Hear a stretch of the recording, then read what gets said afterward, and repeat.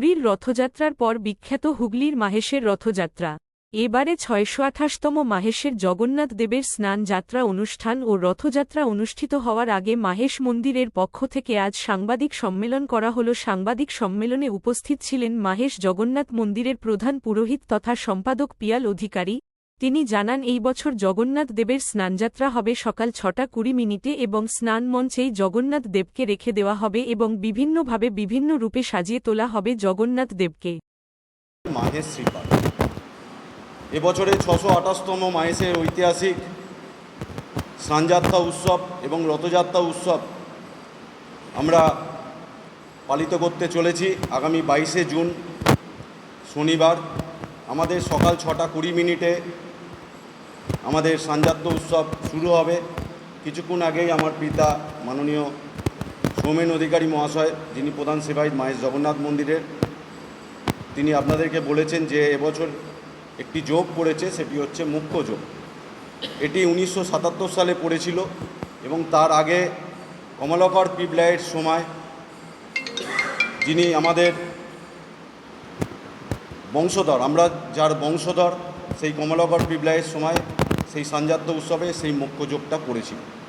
এই মুখ্য যোগে আমরা দেখব এক নীলকণ্ঠ পাখি উড়ে এসে বসবে।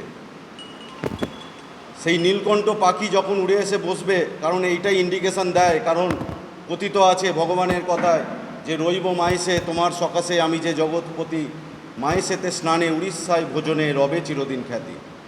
মাহেশেতে হচ্ছে স্নানযাত্রা সব থেকে বিখ্যাত। রথযাত্রা তো আছেই, পুরীতে হচ্ছে ভোজন এবং রথযাত্রা, কিন্তু মাহেশেতে হচ্ছে সব থেকে বিখ্যাত হচ্ছে স্নানযাত্রা। এটা আমার আপনাদের কারুর কথা নয়, এটা স্বয়ং ভগবান এই কথা বলে গেছে। তাই জন্য সেই নীলকণ্ঠ পাখিকে আমরা দেখব। সেই নীলকণ্ঠ পাখি নয় মন্দিরের চূড়ায় বা অথবা স্নান মঞ্চে বা আশেপাশে যে কোনো বাড়ির ওপরে ছাদে উড়ে এসে বসে এবং সেই নীলকণ্ঠ পাখি যখন আমরা স্নান পর্ব শুরু করব, সেই নীলকণ্ঠ পাখি উড়ে চলে যাবে, কিছুক্ষণ পরে আর দেখতে পাবো না।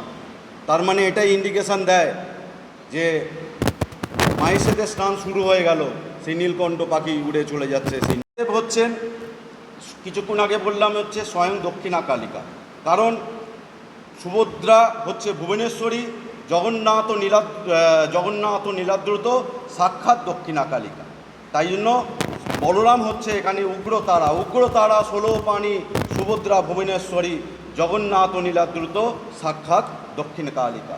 তাই জন্য এখানে বলভদ্রদেবকে আমরা উগ্রতারা হিসেবে ধরছি, মা সুভদ্রাকে মা ভুবনেশ্বরী হিসেবে ধরছি এবং জগন্নাথ দেবকে আমরা দক্ষিণা কালিকা হিসেবে আমরা ধরছি। এটা সম্পূর্ণ গ্রন্থে, সম্পূর্ণ শাস্ত্রে এটি উল্লেখিত আছে। এইভাবেই আমরা, এবং এই যে নবগ্রহের কথা বললাম, যে কথিত আছে জগন্নাথ দেবের রূপ হচ্ছে সমস্ত, কারণ হরে কৃষ্ণ কৃষ্ণ কৃষ্ণ হরে হরে, হরে রাম রাম রাম হরে হরে। যিনি কৃষ্ণ তিনিই জগন্নাথ, তিনিই রাম, তিনিই কালী। তাই জন্য কথিত আছে ব্রহ্মাণ্ড মালমাল হরি, তোমারও শরীরে কত বিরাজ। এই জগন্নাথের শরীরই হচ্ছে সব কিছু। ওনার মধ্যেই শিব, ওনার মধ্যেই কালী, ওনার মধ্যেই কৃষ্ণ, ওনার মধ্যেই রাম, সব কিছু ওনার মধ্যে। এবং জগন্নাথ দেবের কাছে এই যে বলা হয় যে অ্যাকচুয়াল সিগনিফিক্যান্ট কী, অনেকে আমরা বলি জগন্নাথ বলরাম সুভদ্রা, কেন বলি? আমরা তো বলি না যে সুভদ্রা বলরাম জগন্নাথ বা বলরাম সুভদ্রা জগন্নাথ, কেন বলি না? আপনার যদি কোনো ইচ্ছা থাকে, ইচ্ছা শক্তির প্রতীক হচ্ছে মা সুভদ্রা। তারপরে আপনার যদি মনে কোনো কামনা বাসনা থাকে, ইচ্ছা না হলে আপনার মনে কামনা বাসনা জাগবে না। যে কামনা বাসনা যদি বলা হয়, সেটি হচ্ছে বলভদ্রদেবের প্রতীক এবং সম্পূর্ণ ফলস্বরূপ আপনাকে ফলদান করবে জগন্নাথ।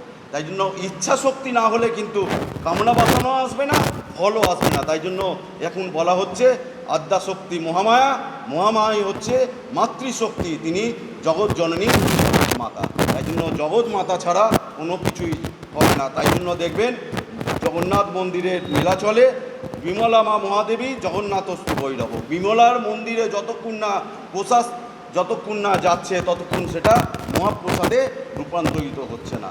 তাই জন্য জগন্নাথ দেবকে এটা আদেশ দিয়েছেন মা বিমলা, যে আমার কাছেই তুমি প্রথমে প্রসাদ দেবে, তারপরেই সেই প্রসাদ মহাপ্রসাদে রূপান্তরিত হবে।